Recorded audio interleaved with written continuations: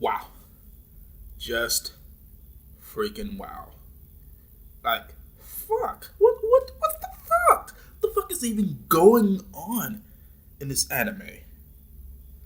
This is called Lord Marksman, and I'm going to probably fuck that up. Vanadis, I guess, because fuck real names.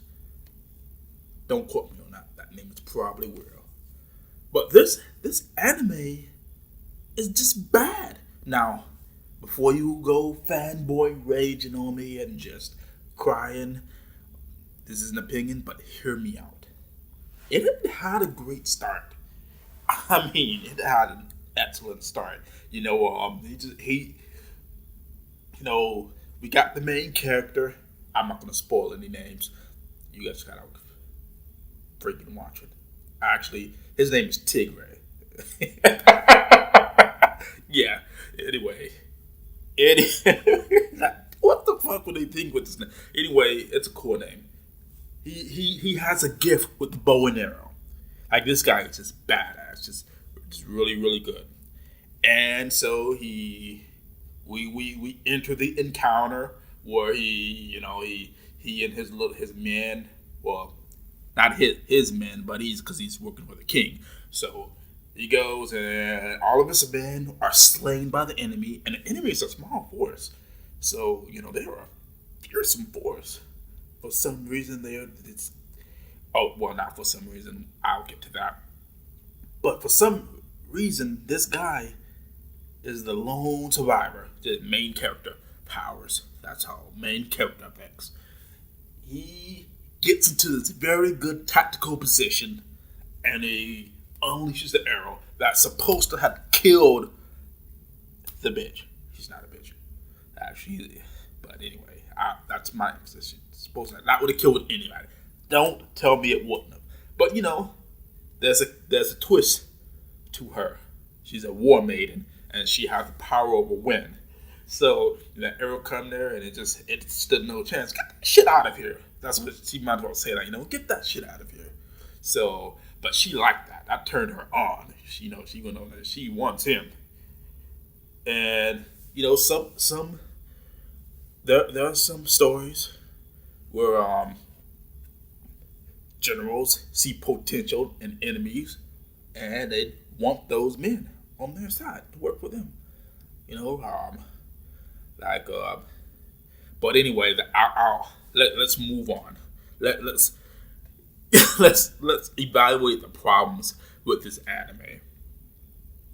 First of all, what bugs me about it, like I'm not going to go through every single episode and summarize it.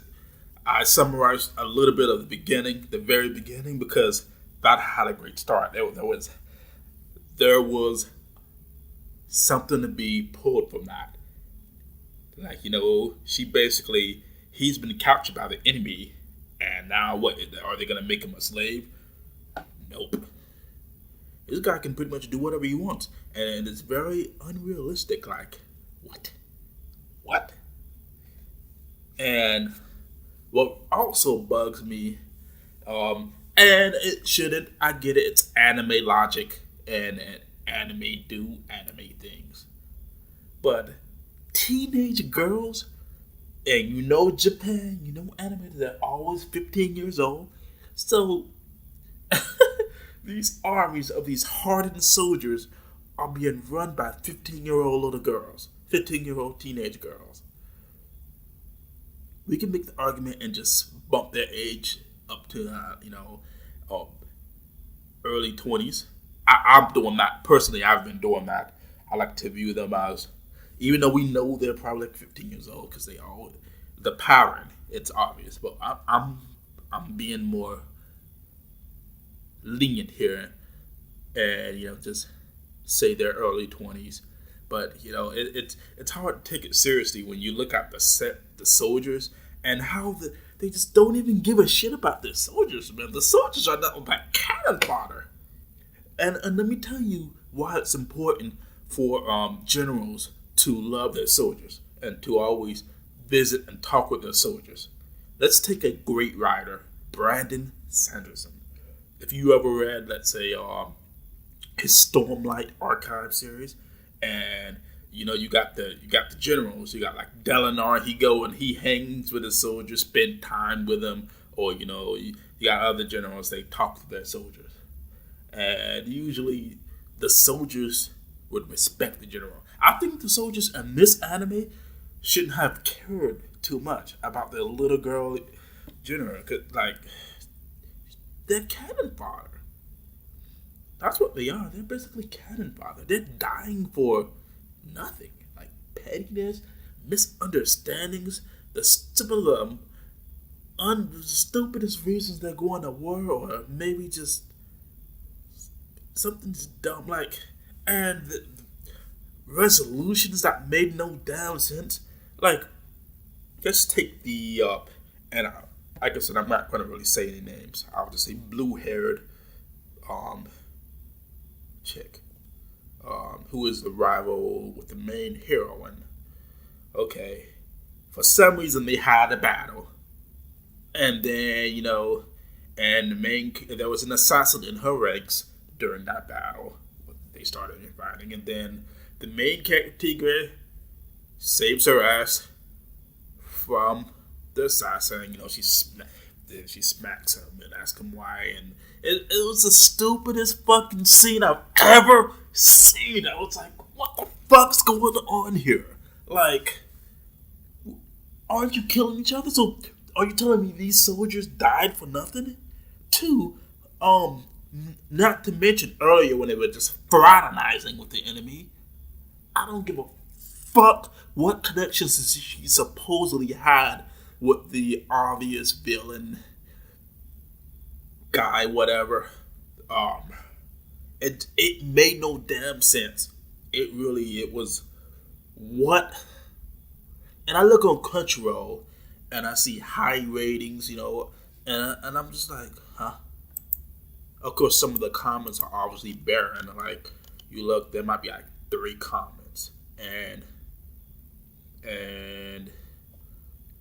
I don't know. Now, let me tell you what I did like about the show. About in terms of the battles, like the way they displayed the strategy, it was pretty fun. Like, I really liked it. That was so cool.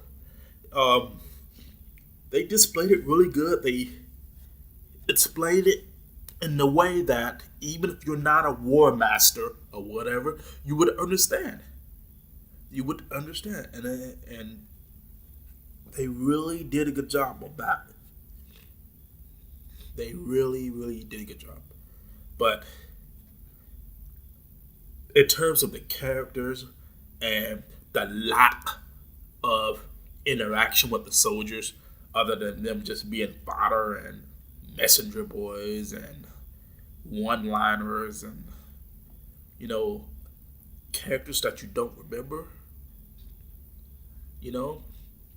and I get for anime's sake they want to focus on Tigre and the women, the same as heroin bullshit that most of us can't already stand. Like, when we saw the main 2 characters, Tigre and the main heroine, we're like, okay, those 2 are, the show is gonna be about those 2, and then there's the maid, and you're just like, shut up, and now she was a sweetheart, okay. She was down pretty much there for him the entire time. I felt kind of bad for her, but how it's just, she's there to be plot progression. Yeah, plot progression. I hate to make it sound harsh like that, but it's sort of kind of a reason for him to fight. I'm not sure if he knows who he wants. I don't know, man. But this anime, it's not the worst I've seen. Oh no, it's far from the worst. But there's just too many problems with it. Like, every war maiden pretty much have the same features, that same intention. And what I mean by that is big breasts. They're super hot. They're super colorful. Pretty much typical anime stuff, but they're tools in a way. I have a war mating. I'm good. And that's how that's how it is in this universe. And what two war maidens fight, the fucking armies just stop to watch, And you see it in movies where, the two high rank officials one main character and one, could be the antagonist type character. They clash together, and the surrounding army stop to watch it because plot. So, but when they did that, war mating versus war mating battle. The ice chick versus our wind chick, and it just, the result of that was terrible. Like, I don't know, man. Those soldiers died for no damn reason. The soldiers there, and if we're talking war, yeah, there are deaths in there. This isn't Pokemon where they just faint. No, everybody is there to die. So, and the dragons, oh my goodness, they just, that's how I feel about the dragons. Wasted. And wasted hype, wasted build up, only for that dragon to just be easily just taken out. There's not really much meaning behind them, and why are the enemies the only one with dragons? And then apparently it takes a month. Conveniently takes a month, just so we can get more free time episodes. Why even bother with the dragons at this point if they're just gonna get easily defeated like that and really have no meaning behind the dragon? The dragon's just mindless beast. Now, I'm not gonna understand the mindless beast part, but there's supposed to be pure power, right? The dragons are there to take out soldiers, and they can't be really killed. They're supposed to be unstoppable, right? Ordinary humans wouldn't be able to stand up to the dragons, but man, they had very little screen time. They were built up and then let down. Just put down like Old Yeller. Just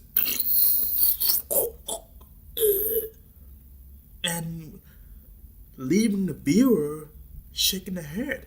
The viewer's like, what the fuck? What just happened? So I don't understand. What? So if this anime, man, it's terrible. I get it. There are some good things in it, but when you watch a couple of episodes, and you watch deeper and deeper to the point where you're just like, oh no, I'm beginning to see a theme here,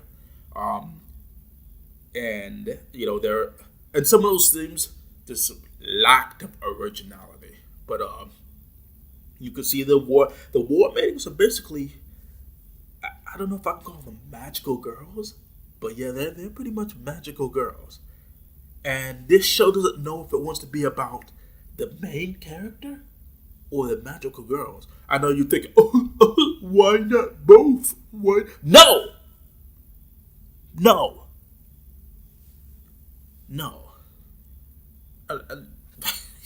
Not in this, not the way they presented that at the beginning. And not to mention, like, I might have to go and read the manga because there just wasn't enough time for these girls to get attached to the main character at the speed that they did. That was incredibly fast. And I get it. The wind chick, she kind of had a no fucks given type perspective at the time, she's like, meh, whatever. You can't touch me. But, come on, son. There's got to be a drive for her. Got to be something. And it didn't work with this. It didn't work. I can understand the ice chick. She was working for the other dude, and she easily surrendered. Didn't really put up much of a fight. Yeah, they were barricaded inside a pretty strong fortress, and yet there was an easy path around it. And you mean to tell me nobody else thought to just go around? Nobody else, no other army? Oh, this magical path through the promised land, and nobody else thought to do it? This is one path that we never known, and blah, blah, plot, and then we go in, and then we attack, overtake them, and then the two war maidens fight, and then an assassin tries to kill one of the war maidens, and the main character, he's the one, he steps up, and now the ice chick now likes him, I guess, and then, surrenders right then and there. Fuck her boss, fuck her orders, surrender, or fuck her country too, I guess. I don't know what. Do these war maidens even, I guess politics don't really apply to them. And I'm still getting off the subject of,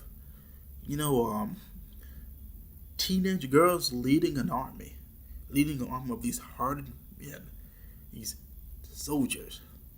And there doesn't really appear to be a chain of command. I can understand for the wind chick, there was her right-hand woman. And then that was it. I didn't really see much else of a real chain of command. And I guess that probably wasn't the point of the anime. But there wasn't much of a romance between, the wind chick and Tigre. There wasn't really, she was like she wanted him, blah, blah, blah, and that. She like she was fucking with him, but I guess she wanted the D from him. I guess she liked how he I don't know, the way he conducted himself on the field was very attractive to her. So she was attracted to him. She's not a slut or nothing like that, besides, the clothes the artist put her in, that has nothing to do with it.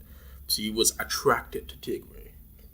The way he conducted himself about very first episode, which is pretty damn badass. And if it was anybody else, they would have been dead. So, but he can't really beat a wind mating, apparently. And then, there were a couple of, like, she basically has attacks that can kill, that she don't use on humans, special attacks. But there's just not enough episodes for them to reveal that. Also, I'm probably gonna have to trek back into the manga if I even want to, but I'm probably not, because overall this anime was just, it's not good. It's not good. It has an idea, and it's not awful. Like, you could watch the entire thing, and you'll probably get an enjoyment about it. But there's some things that there are a lot of problems that are not explained. That just doesn't make sense. And for me, I shook my head. I'm like, wow. Especially when, the way the ice chick just kind of like threw away her most important given task, whatever, and easily surrendered. And not to mention, how I could see how the country would suddenly would turn their back on Tigre. Besides the corruption or what's going on, but because he's fraternizing with the goddamn enemy, I can understand that. That made sense. But technically he was a territory, right? He was kind of neutral, but I guess part of that country. But yeah, and same thing with the with the wind chick, kind of did what she wanted, and she got yelled at. That right there made sense. Of course they would get yelled at. But of course, main character powers, so there are no repercussions. No, there you can't do shit to them. I could use that word, but it seems so insignificant for main characters because they abuse the laws of their universes. Fuck, laws don't work on them. So anyway, I ranted on, I rambled on for 20 minutes about this anime.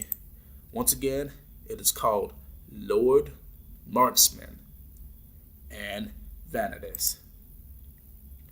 And my final verdict for it is a 2.9 out of 5. Yeah, a 2.9 out of 5. The only reason why 3 and on the 3 would be considered average, but this thing was below average. There were too many problems with it, from soldiers being simply fodder. But what saved it was the only thing that really saved it was the first episode, that scene where they met, the strategy, the way they do strategy, the way they showed that. But if I were to give it like a 3, 4, 5, that would be insulting animes who actually deserve that, who went in, showed you how it's done, maybe even stayed true to their source material. That do you really want me to insult those enemies and put this on the level of that, of those animes? Like it, I can't. No, this is from my experience, so I just didn't enjoy it. There was just too many problems. Teenage girls leading armies of hardened men, and okay, I'm not being sexist, but this lookout looks. It looks ridiculous. Even if I put them in their 20s, I can say they're in their 20s. And now, that in real life, there are some excellent female lieutenants and officers, excellent. In real life, they actually follow the law. In this anime, shit, law doesn't apply to them. In real life, our female military, all the female military, they follow the law and they do their job well. In this anime, they are terrible at their job. They don't give a shit. They do what they want. They do what they feel. They go with their emotions. And soldiers are fodder. Fodder! And that is why I can't. And 13, 12, these few episodes are not enough. This anime should have been aimed for, I don't know. I don't even want it to be longer because it just, look at the war maidens. Look at this. What? They all have the exact same intention to just be super sexualized magical girls. And most people don't have a problem with that. But it didn't, and it wouldn't be bad if the plot of the story was actually amazing. But it wasn't. And the main character kind of just, did he matter or did he not? It's debatable. He mattered in a sense because he was a badass in his route, but there was just not enough episodes, enough time for him to really unleash these mysterious powers. He was basically learning it, and I don't know. They got to work on that. So anyway, yeah, it's going to be a 2.9 out of 5 or 2 out of 5. So it is what it is. It's not awful. It's just not great. It's below average. This is only my opinion. And peace out.